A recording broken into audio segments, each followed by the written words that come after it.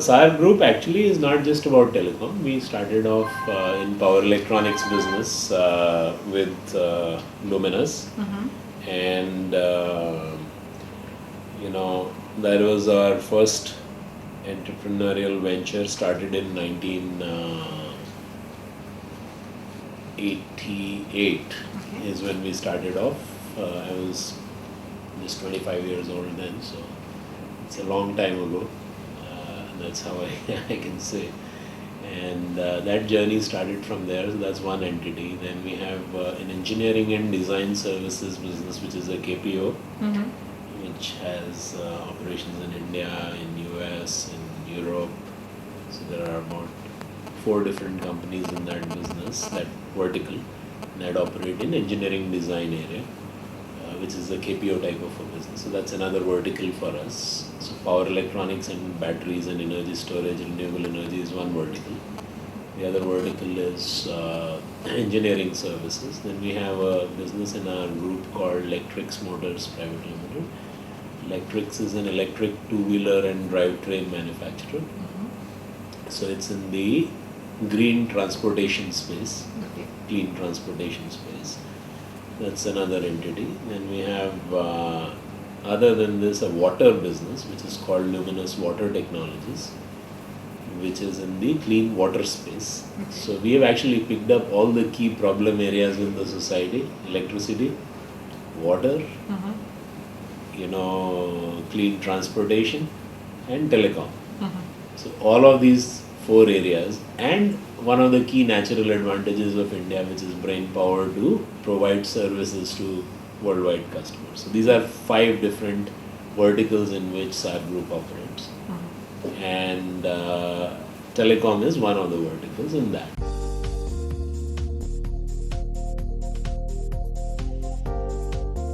We have multiple entities. You are aware of Wincom as one investment that we did. We started on the telecom side only about in 2008 actually.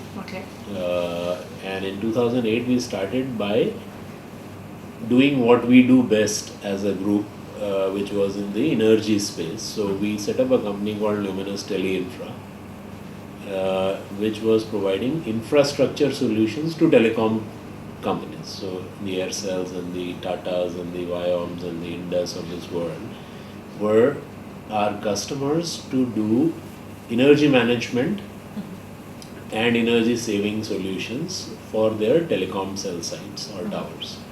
So we started in telecom from the energy side first, and then we moved to build a new company, which was Wincom, which was started in 2010. June 2010 is when we launched, June actually, 2010. And Wincom was intended to be a national brand in the area of mobile handsets. We have a operation in China, which does entire design, QA, project management, sourcing, all of that activity in China, software. So that stuff is done in China. And then we have a distribution business and a branding business out of here. So we launched in June 2010 with, so we started with the campaign with 2 of our celebrity endorsers. One was Saif Ali Khan and the second was Bipasha Basu. And these 2 people, Saif is still our brand ambassador. Bipasha was there for a while.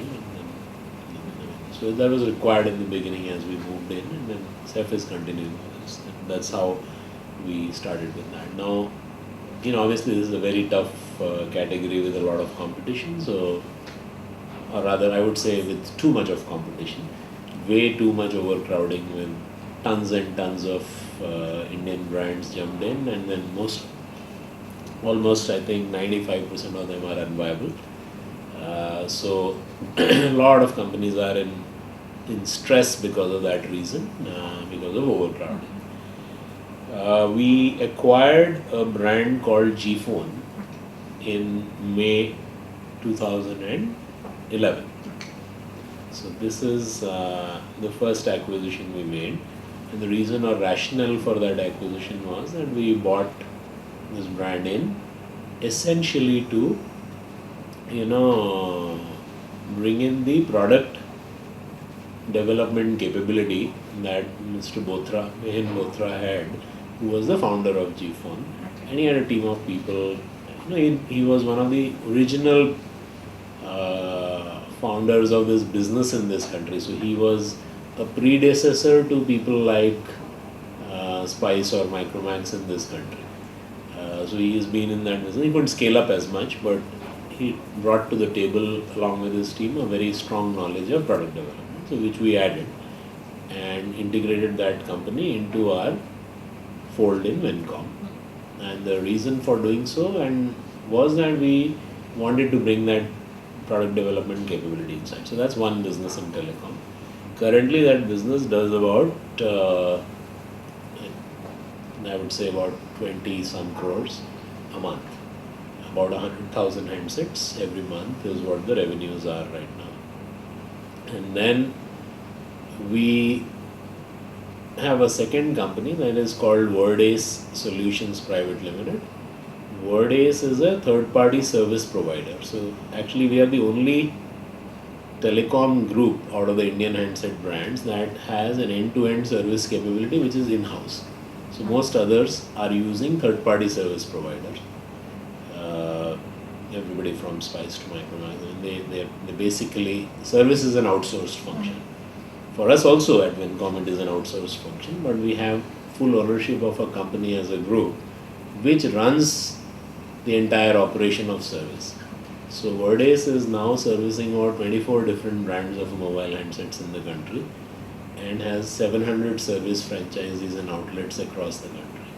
So it covers every district of the country today and services 24 brands of mobile handsets in the country.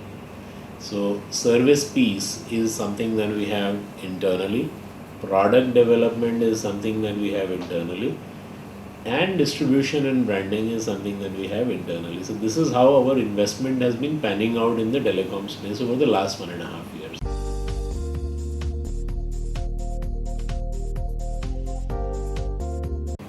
Doing a lot of front-ended investment in this business, essentially with a long-term play in mind of emerging as somebody who can sustainably provide good products, good service, the basic stuff which consumers want, right? They don't want just a handset, they want a handset that works, and if it fails, they want a service. These are the basic requirements for any product to succeed. So the multinational companies have it, but the Indian brands haven't really invested end to end, and we are probably emerging as one of the only brands that is doing that activity end to end. So this is the piece as it was. And then on I think this month itself we have closed the acquisition of 55% stake in Fly, and the reason and the logic for that is that Fly is a pretty sizable global player and was not very small in India either. They're almost the same size as Vincom. Last year they finished their year in March 2011 with about 165 crores in turnover and in India. And we believe that Fly as an old consumer brand in the mobile phone space has been around 7-8 years now. So therefore there is a consumer connect with the brand. People have used the product. There are millions of people who have used Fly phones. There is a dealer network. There is a brand. There is a product capability in India. And there is a volume. So we saw a lot of cost synergy and a lot of volume synergy in doing this deal. And we tried to do this because of that from an Indian standpoint. And then there is an international angle to it, which is that Fly is a global player which is active in the CIS, Russia and some of the European markets. They do about 150 million in revenue in those markets. So that gives them a slightly, sort of a different product flavor than what the Indian brands get. The reason being that the Indian brands are focusing purely on the Indian consumer, whereas these guys have a different set of consumers in these markets. So Fly has a presence in China of a product development team and a whole setup there, which is more geared towards, the more advanced feature phones. So because in Russia, Fly competes with people like Samsung and Nokia and LG and all that. And in fact, what I'm told is that in Russia they're already the number 3 brand now in some of the chains. So behind Nokia and Samsung. So that puts them into a space where they are having access to product development of slightly different kind than what the Indian market is currently doing. But we believe that the Indian market is also evolving and the product requirements here are also going to evolve. So therefore this tie-up brings us together in a way that our ability to create those kind of products fast and take them to market goes better. Plus it adds to volume, it adds to cost synergies, it adds to more efficiency of scale. So I think that's the reason and logic for doing it.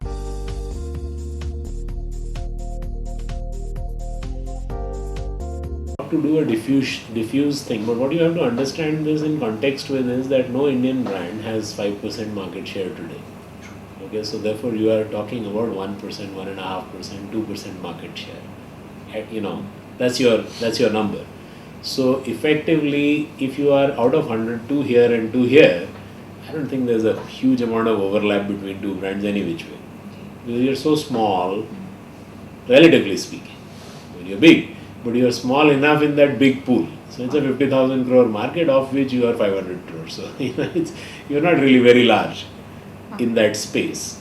So therefore the overlap in any case is not very large, right? So first of all, the overlap doesn't happen because of your relative size in the market. If you were both 25% market share, it would be a different matter, right? And at Sar Group, we have had a lot of experience at handling multiple brands in the same category. So for example, at Luminous, we had Luminous inverters, we had Hyundai inverters, we had Tez inverters, all being sold out of the same company, made in the same factory, serviced by the same team.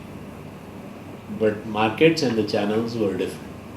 So the products were positioned differently, they were marketed differently, their sales force was different, the company, but the back-end synergies were fully utilized.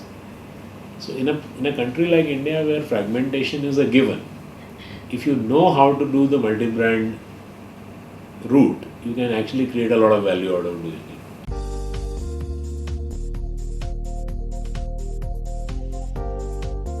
Choice even now, and they will continue to have that same choice because the two sales organizations are vertically divided completely. So Fly is done through Fly Mobiles India Private Limited, which is a separate company from Wincom, which is done from Win Telecom Limited. So these two are completely different companies, their sales organizations are different, their CEOs are different. Okay. What is common is the engine behind it, which is product development, sourcing, supply chain, service. So the customer still deals with two separate companies at the end of the day. The dealer or the distributor. And to answer your question about overlap, there isn't that much of an overlap between the two organizations for the simple reason that that's what I was trying to explain, that we are each, relatively speaking to the market size, so small at 1.5%, 2%. We are not even at that level right now, we are at 1% or below each one of these companies of the total volume of the market. I mean, but we would get to about 2.5% each, once things stabilize in the next year or so. But even at 2.5%, your overlap is relatively very small.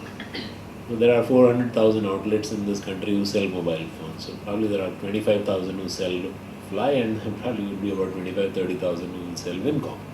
So between the two of them put together, you don't cover even 1/8 of the total number of outlets. So the overlaps are very nominal, if any. And in any case, even if they are there, the ability for the dealer to do business with whoever he likes still stays because the two organizations are.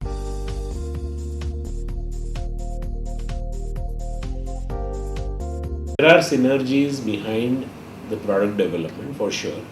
So there will be some rationalization of product portfolios, which will come largely from the